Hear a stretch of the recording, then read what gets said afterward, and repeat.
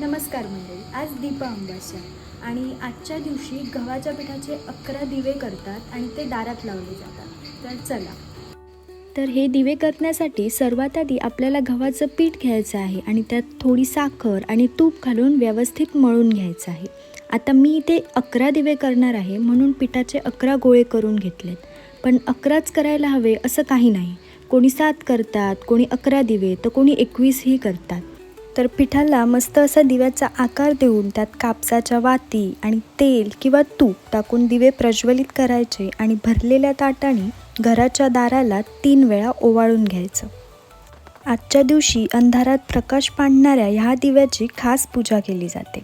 असंही मानलं जातं की जिथे दिवा पेटत असतो तिथे अंधार, संकट आणि वाईट शक्ती टिकत नाही.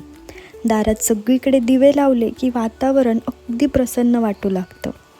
आता दीप अमावास्या म्हणजे थोडक्यात सांगायचं झालं तर अंधारावर उजेडाचं प्रतीक, लक्ष्मी देवीच्या स्वागताची तयारी आणि मनातला अंधार घालवून श्रद्धेने उजेड लावण्याचा दिवस. म्हणूनच ह्या दिवशी दिवे लावून छान अशी रांगोळी घालून आपलं घर आणि मन तेजस्वी केलं जातं.